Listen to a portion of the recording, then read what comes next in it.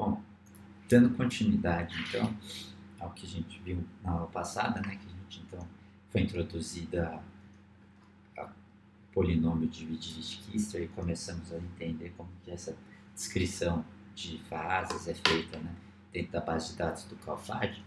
Eu acho que ficou bem claro, né, que o que a gente está fazendo é modificando os termos da energia livre de excesso, né? Então, o polinômio de Dirichlet-Kister ele entra aí para dar uma cara e uma consistência para esses termos da energia livre de excesso, que a gente está basicamente definindo como que é a interação entre, por exemplo, um binário, entre um átomo A e um átomo B, né?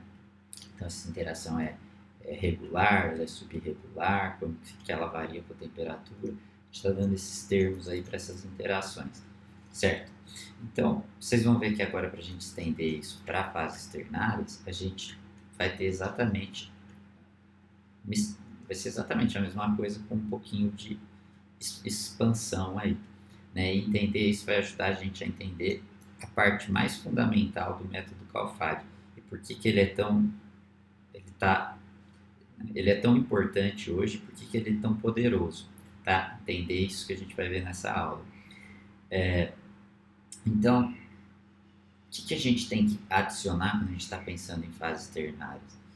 Bom, quando a gente está pensando no binário, todos os termos lá que a gente está avaliando do polinômio de Dirichlet-Kister, a gente está vendo essas interações entre um átomo A com um átomo B, né? Então a gente está dando equações para essa interação. À medida que a gente coloca um átomo C, esse tipo de interação, que é o que eu estou chamando aqui de interação binária, ela vai continuar a existir, só que agora eu vou ter mais interações possíveis, né? Eu não vou ter só o átomo A interagindo com o átomo B, vou ter também essa interação de A com C e também a interação de B com C, né? Então, primeira coisa que eu reparo é que eu já vou ter que ter muito mais termos aí para essas interações, que A interage com B, A interage com C, B interage com C. Cada um desses eu vou ter um conjuntinho de equações lá para descrever essas interações. Então, essas interações são as mais importantes, que é o que a gente chama de interações binárias entre os elementos, né? Estou chamando aqui de interações binárias. Mas percebe que agora eu tenho uma outra situação, que eu tenho, por exemplo, o átomo B interagindo com o átomo A, mas agora eu tenho um átomo C aqui, que ele vai interferir nessa ligação, né? Então, o que é esse termo ternário que eu estou colocando aqui? É como essa mudança nessa interação de A com B, ela é modificada à medida que o átomo C é adicionado, tá? Não só isso, mas também eu tenho que a minha interação de B com C, eu tenho o A influenciando essa interação, certo? E eu tenho também a minha interação de A com C, e eu tenho aqui B influenciando essa interação, certo? Então, esse tipo de interação é um tipo de interação que eu, obviamente, não tinha só com dois elementos, né? Mas agora eu vou ter essa interação aqui presente, que ela vai modificar, então, essa energia de A com C. Isso vai depender de quanto B eu tenho em comparação a A e C, ou quanto A eu tenho em comparação com B e C, e etc. Né? Então, a primeira coisa que eu acho que a gente tem que ter em mente, né, é que agora essa interação ternária que eu estou chamando aí, ela vai ter ela tem que ter uma magnitude menor, né, um efeito menor, uma magnitude menor, que a interação, que as interações binárias que a gente está chamando, né? Então, a hipótese mais simples que a gente poderia assumir é que esses efeitos não existem, tá? Essa aproximação, em vários casos, ela já é muito boa, tá? Eu vou tentar explicar e convencer vocês um pouco disso. Mas, se a gente considerar isso, que esses efeitos não existem, né, que eu estou pensando que só o que está dominando são as interações binárias, que são as mais fortes, as diretas, eu consigo encontrar e fazer uma extrapolação para qual que é a energia total, o G de excesso, né? Qual é o G de excesso para uma mistura com todos os elementos, tá? Então, por exemplo, se eu pegar aqui um ternário A, B, C, Se eu quiser saber a energia livre de uma fase nesse ponto aqui, com essa composição aqui, eu posso fazer extrapolações das energias livres de excesso, a partir dos valores que eu conheço e tenho bem definido aí dos binários. Lembrando, se eu descrevi bem a interação de A com B, se eu descrevi bem a interação de A com C, se eu descrevi bem A com B, esse valor aqui vai ser muito bem definido. Se eu expliquei muito bem essa interação de A com C, esse valor vai ser bem definido. E a mesma coisa para isso, caso eu tenha essa relação entre B e C bem definida. Então, o método de Muggiano, que é o mais padrão para fazer esse tipo de extrapolação dentro do CALFAD, ele pega esses pontos aqui, né, que ligam a minha composição com os binários. Eu tenho alguns outros jeitos possíveis aí, aproximação de Kohler e aproximação de Tope. Essa daqui, ela é usada em alguns casos específicos que eu posso falar um pouquinho mais sobre isso mais para frente. Mas a de Kohler e principalmente a de Muggiano, elas são as que mais vão dar uma aproximação boa para sistemas mais comportados, em que A, B e C sejam mais parecidos, tenham um caráter mais parecido.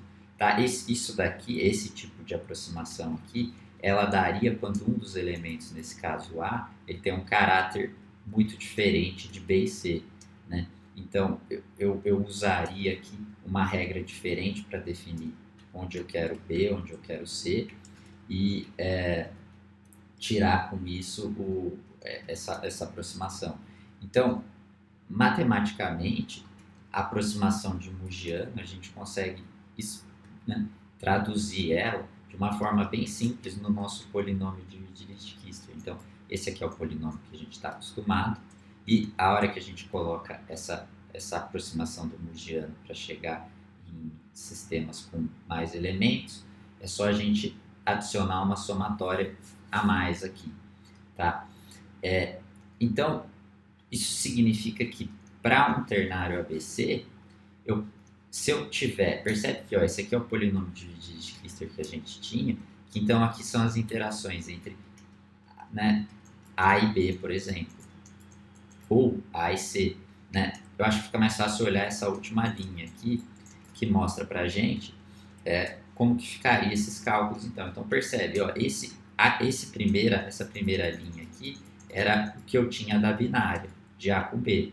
Só que se eu tenho os termos de interação entre A e C, os binários mesmo, né? Percebe que está só A e C, é só eu adicionar eles nessa somatória, né?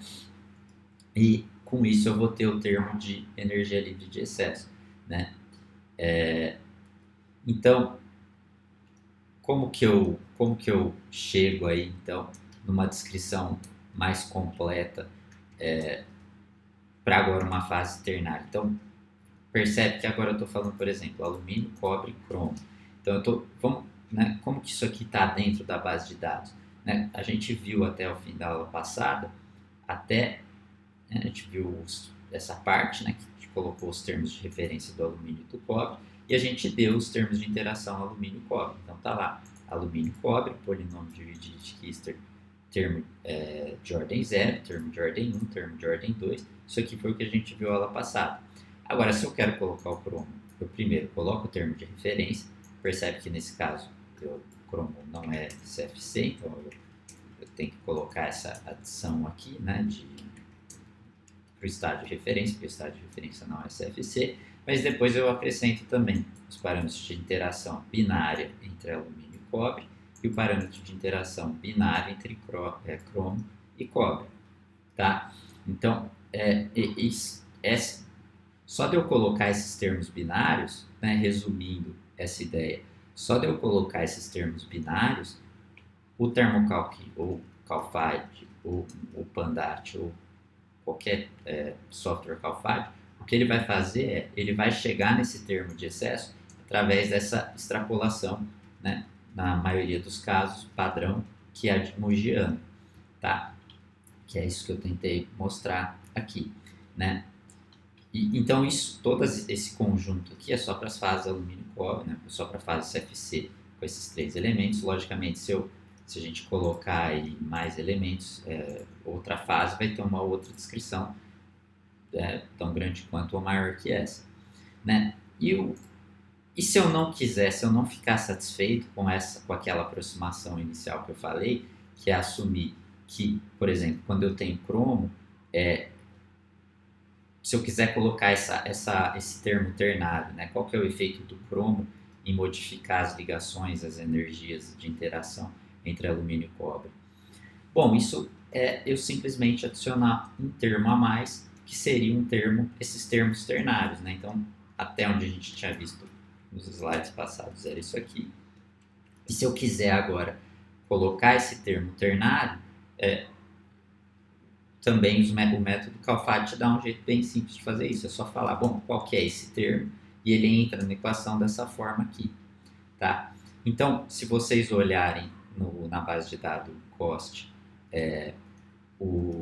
a descrição dessa fase, alumínio CFC, né? E pegarem só os termos de alumínio, cobre e cromo, vocês vão ver que lá tem listado 3 termos aí ternários, tá? De interação ternária. Agora, esse termo aqui, eu não sei se vocês conseguem ver pelo jeito que a equação está escrita aqui, ele vai ter, em geral, né, uma contribuição muito pequena na energia livre da fase. Por quê? Pensa, XA, XB, XC vai de 0 a 1. Né? Se você pega 0,33, 0,33, 0,33, você está multiplicando número menor que 1, número menor que 1, número menor que 1, e aqui de novo, número menor que 1. Esses termos aqui, né, eles vão tender a ter uma influência muito pequena no valor total da energia livre, porque você está multiplicando esse termo aqui por muitos números menores que 1. Né? Então, a não ser que você vai lá e joga um parâmetro absurdamente grande aqui, a contribuição desse termo ela vai ser pequena. E fisicamente faz sentido com que ela seja pequena. Né? Porque, que nem a gente falou anteriormente, o jeito que A interage com B é para ter uma importância para a energia total muito maior do que o efeito de C nessa ligação de A com B. Né? Ele pode até aumentar ou diminuir um pouco essa interação de alguma forma, mas alterar muito é um pouco esquisito, porque a gente ainda está falando da interação de A com B. Tá? Então, esse efeito ele vai tender a ser pequeno. Então, a gente desconsiderar esse efeito, em vários casos não vai ser uma aproximação muito ruim. Tá? E olha que interessante, agora eu posso então pegar isso que a gente viu para uma fase ternária e facilmente expandir para uma fase quaternária. Então, o que eu deixei aqui em azul era os termos que a gente viu para ternário, né, esses termos aqui, para energia livre de excesso. Então, de novo, usando o polinômio de Wittgenstein termos agora, né, eu vou ter aqui os meus termos de interação de A com B, de A com C, de B com C. Agora eu adicionei um elemento D, certo? Então, desculpa, que deveria ser D. Então, agora eu também tenho interação de A com D, de B com D, né, de B com D e de C com D. Então, agora eu tenho um monte de termos adicionais aqui. Eu dobrei meus termos binários. Eu aumentei bastante aqui, aumentei em 4 vezes os meus termos ternários, né, porque agora não é só A, B, C, mas também A, B com D, A, D com C, D, B com C, né? Então, eu aumentei também meus termos ternários, que de novo, esses aqui são super importantes, então eu vou colocar aqui 3 joinhas para esses termos binários aqui, né? Termos binários são super importantes. Esses termos ternários são razoavelmente importantes. E eu posso colocar agora um termo quaternário. O que seria esse termo quaternário? Seria, por exemplo, como a energia de A com B varia por eu ter C e D simultaneamente. Então, agora eu não estou falando de C influenciando em A, B. Eu estou falando de C e D simultaneamente influenciando A e B. Porque esse termo aqui, é o termo, né, de A com B tendo D, né? Esse termo aqui é de A com B tendo C. Agora, esse termo aqui é de A com B tendo C e D ao mesmo tempo, né? Então, percebe como esse termo aqui já fica totalmente subjetivo e desse termo aqui, termos quaternários, termos quinários, que aí ia ficar mais abstrato ainda, isso aqui a gente pode, assim, grande maioria dos casos, se não assim, quase todos os casos, a gente pode simplesmente desconsiderar esse tipo de interação. Isso aqui vai ser tão pequeno e relevante que eu posso parar a minha descrição por aqui, que eu vou ter uma descrição muito boa do meu sistema aí, da minha solução sólida. Tá? Então, tirando e desenhando algumas conclusões disso tudo que eu falei aqui, a gente viu que as fases são descritas no método CALFAD como termos na energia livre de excesso, né? Cada equação nessa base de dados, ela está representando os termos de interação entre os elementos. A gente viu que os termos de menor ordem, eles são os mais importantes. Então, o que são os termos de menor ordem? São, por exemplo, os termos 0, o termo 1 no polinômio de Dirichlet-Kister, né? E também as interações binárias. E, em algum grau, as interações ternárias, né? Não tanto quanto as binárias, mas também são um pouco importantes. Tá? Então está aqui, tanto para o termo de interação do polinômio Dirichlet-Kister, quanto para essa questão aí, se ela é uma interação binária, ternária, quaternária e assim por diante. Então, a grande conclusão que eu tiro disso tudo que eu mostrei para vocês nessa aula é que se eu tenho sistemas binários e ternários muito bem descritos para um sistema, eu provavelmente vou poder pegar qualquer composição desse sistema que ela também vai ser muito bem descrita.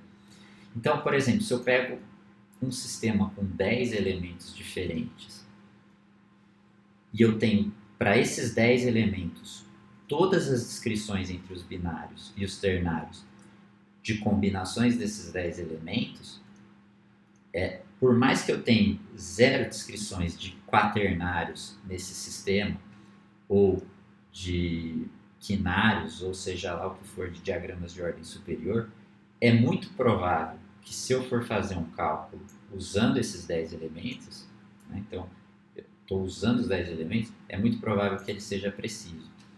Tá? Então, essa é a força muito grande aí desse método CALFAD, que se eu quiser então descrever um sistema complexo e com muitos elementos, para ele me dar uma previsão precisa do que vai acontecer nesse sistema complexo, em geral, eu só vou precisar ter bem definido todos os binários e todos os ternários entre esses 10 elementos. Eu vou explorar no próximo vídeo um pouco essa ideia, então. Vocês vão ver que ainda assim dá bastante sistema para ter avaliado e para ter descrito no sistema, mas reduz o meu esforço experimental para levantar diagramas de fase de uma forma absurda. E a gente consegue fazer extrapolações aí usando, por exemplo, o método de Muggiano que eu mencionei aqui e fazer cálculos em sistemas muito grandes sem precisar fazer experimentalmente para levantar aquela base de dados nenhuma amostra quaternária, quinária e assim por diante. Tá?